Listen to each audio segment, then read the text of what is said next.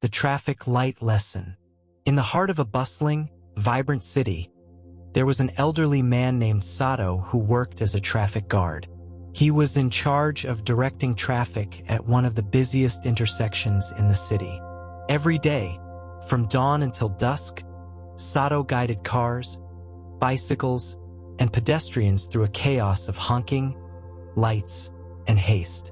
Sato was known among the city's inhabitants for his serenity. While cars honked impatiently and drivers lost their patience, he maintained a calm expression, never getting flustered or rushing. Despite the frenetic pace of his surroundings, Sato seemed to move in a world of his own, one where time flowed more slowly. One day, a young man named Kenji, who worked in a nearby office, observed Sato while waiting at the corner to cross the street. The young man had been feeling overwhelmed by the city's pace and the demands of his job. He envied Sato's calm and wanted to understand how he managed to maintain it amidst the constant hustle. Driven by curiosity, Kenji approached Sato during his break. "Mr. Sato, I see you working here every day, and you always seem so calm. How do you manage to stay so composed in the middle of this chaos?" Kenji asked, unable to hide his frustration. Sato looked at him with a kind smile and nodded slowly. "Young man, when I look at this intersection, I don't just see cars, people, or lights. I see the flow of life itself. Just as traffic changes, so do our emotions, our thoughts, and our worries. Some days are like heavy traffic, full of obstacles and chaos. Others are like an empty avenue, calm and uncomplicated. But in both cases, I simply focus on guiding." Kenji frowned, not fully understanding. "What do you mean by guiding?" he asked with interest. "Let me explain it another way," Sato replied. "When I work, I don't focus on the noise or the impatience of the drivers. My task is to observe and direct the flow, not to get involved in every honk, shout, or changing light. If I got distracted by every detail, I would lose my purpose. Instead, I choose to observe calmly, recognizing that every event is part of the moment's flow." Kenji nodded, though he still wasn't sure he understood.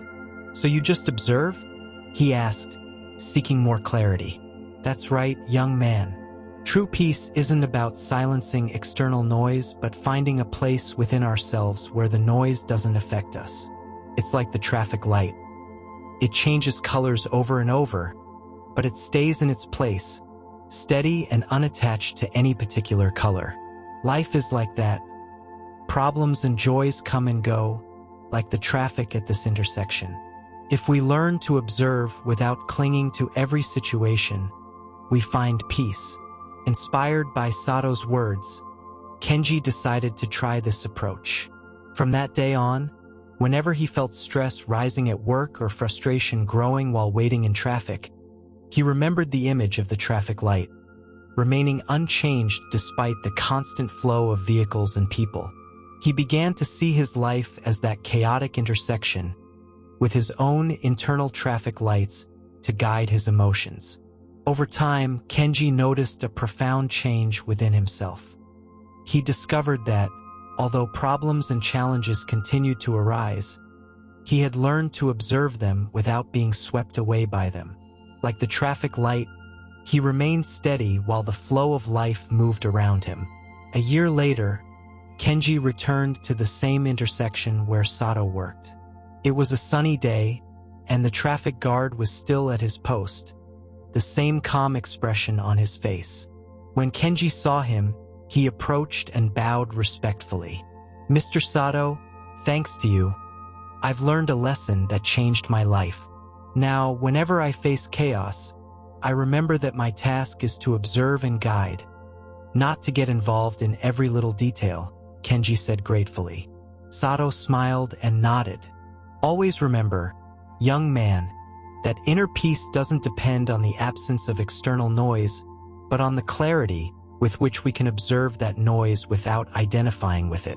Life will never stop moving, but we can learn to remain calm, From that day on, Kenji shared this teaching with those around him, and gradually, he became a kind of calm signal for his friends and co-workers.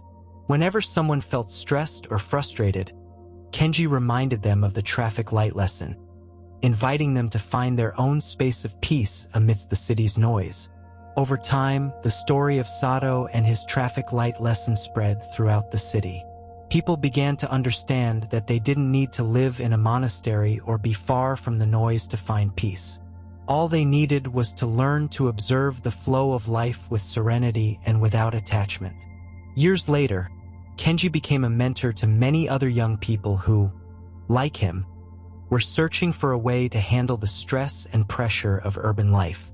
In every session, he recalled the image of Sato at the intersection and the example of the traffic light. Every day, when you find yourself in the middle of chaos, Kenji would say, "Remember that, like the traffic light, you can observe everything without clinging to anything. You don't need to change the situation to find peace. You only need to change the way you observe it."